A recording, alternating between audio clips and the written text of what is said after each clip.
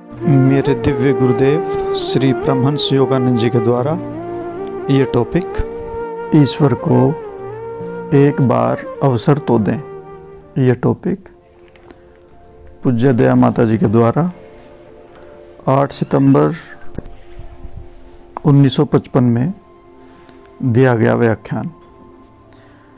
हमें ईश्वर को अपने जीवन में प्रकट होने का एक अवसर तो देना ही चाहिए, परंतु उनको कोई ऐसा अवसर नहीं मिल पाता, क्योंकि हम आधे अधूरे मन से तो संसार को थामे रखते हैं और आधे अधूरे मन से स्वयं ईश्वर को।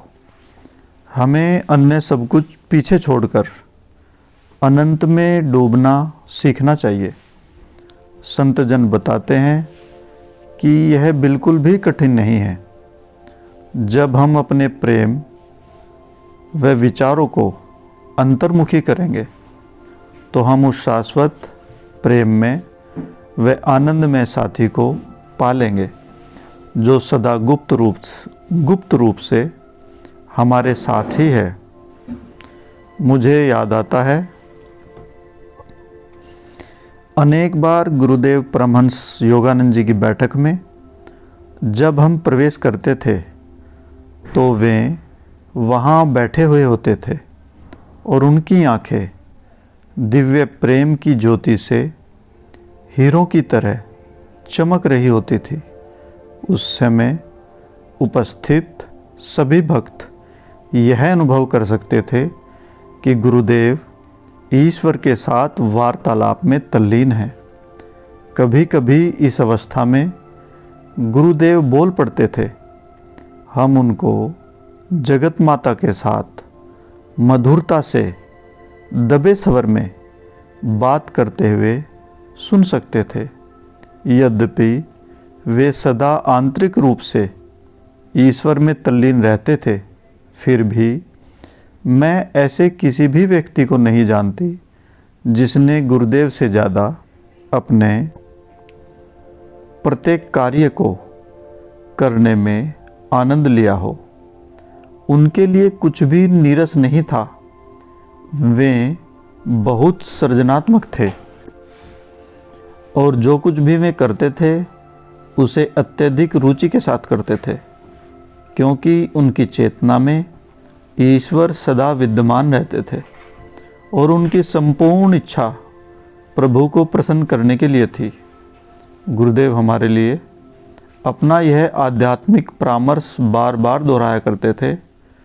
प्रतिदिन गहनता से ध्यान करो और ईश्वर की विद्यमानता को अनुभव करो, अनंतता को अनुभव करो। हम यहाँ पर केवल सेल्फ रियलाइजेशन, योगदा सत्संग के योग दर्शन शास्त्र में अति निपुण बनने के लिए नहीं आए हैं, अपितु इससे भी अधिक महत्वपूर्ण इसे अपने जीवन में उतारने के लिए आए हैं। गुरुदेव की कृपा और माध्यम से हमें यह परम सौभाग्य प्राप्त हुआ है। आध्यात्मिक पथ पर उन्नतियों के लिए सावधान रहें। हमारे साथ बिताए अपने अंतिम दिनों में गुरुदेव परमहंस योगानंद जी ने सभी भक्तों के लिए आध्यात्मिक पथ पर अधिक उन्नति के लिए कई सावधानियां बरतने के लिए कहा। उन्होंने अनेक विषयों पर चर्चा की। उन्होंने हमें और अधिक गंभीर रहने के साथ साथ और अधिक प्रसन्नचित्त रहने का परामर्श दिया। उन्होंने कहा, अपने अंतर में सदा प्रसन्न और आनंदित रहो, परंतु मजाक और छिछोरेपन से अधिक मस्त मत रहो। व्यर्थ की बातों में अपने आंतरिक बोध को नष्ट क्यों करते हो? तुम्हारी चेतना दूध के बर्तन की भांति है। जब तुम इसे ध्यान की शांति से भर लेते हो तो उसको तुम्हें इसी प्रकार से भरे रखना चाहिए। गप्पे और व्यर्थ हंसी मजाक प्राय झूठे आनंद हैं जो आपके बर्तन में छेद कर देते हैं, जिसमें से आपकी आंतरिक शांति और प्रसन्नता रूपी दूध बह जाता है। गुरुदेव ने हमें कम सोने और उस अतिरिक्त समय को गहन ध्यान और ईश्वर संपर्क के लिए उपयोग करना सिखाया। उन्होंने कहा, नींद ईश्वर की विद्यमानता से प्राप्त शांति को अनुभव करने का केवल एक अवचेतन तरीका है। ध्यान सजग विश्राम और शांति की अवस्था है, जो हजारों लाखों निंद्राओं से भी अधिक विश्रांतिदायक है। वे कहते थे, अपना समय नष्ट मत करो। कोई भी तुम में ईश्वर को पाने की वे कहते थे, अपना समय नष्ट मत करो। कोई भी तुम में ईश्वर को पाने की ऐसी गहन इच्छा नहीं भर सकता जो तुम्हें इस पथ पर अटल रख सके। तुम्हें स्वयं इसे विकसित करना होगा। अत्यधिक मीमांसा और तर्क वितर्क में मत उलझो। सर्वोपरि यह है कि कभी संदेह न रखो कि ईश्वर तुम्हारे पास आएंगे या नहीं आएंगे। कर्तव्यों के पूरा होने के पश्चात अपना समय ईश्वर के लिए ध्यान में लगाओ और आप अपने अंतर में उनका दिव्य आनंद और उनका दिव्य प्रेम अनुभव करेंगे।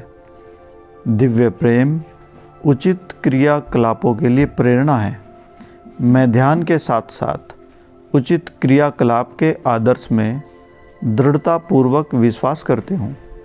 उचित क्रियाशीलता में हृदय, मन और आत्मा आनंदपूर्वक एक हो जाते हैं। यह भावना नहीं रहती कि प्रभु मैं आप पर उपकार कर रहा हूँ, अपितु ईश्वर के प्रति आनंद में समर्पण रहता है। उपयुक्त कार्य करते समय व्यक्ति को अपने कर्मों के फलों की चिंता नहीं करनी चाहिए, अपितु केवल ईश्वर के लिए कार्य करने के आनंद हेतु ही वह कार्य करना चाहिए। कार्य करने में वह आनंद तब आता है जब हम ईश्वर से प्रेम करते हैं। आप जीवन में किसी चीज़ से या किसी न किसी से प्रेम किए बिना नहीं रह सकते। प्रत्येक मानव को प्रेम की आवश्यकता है।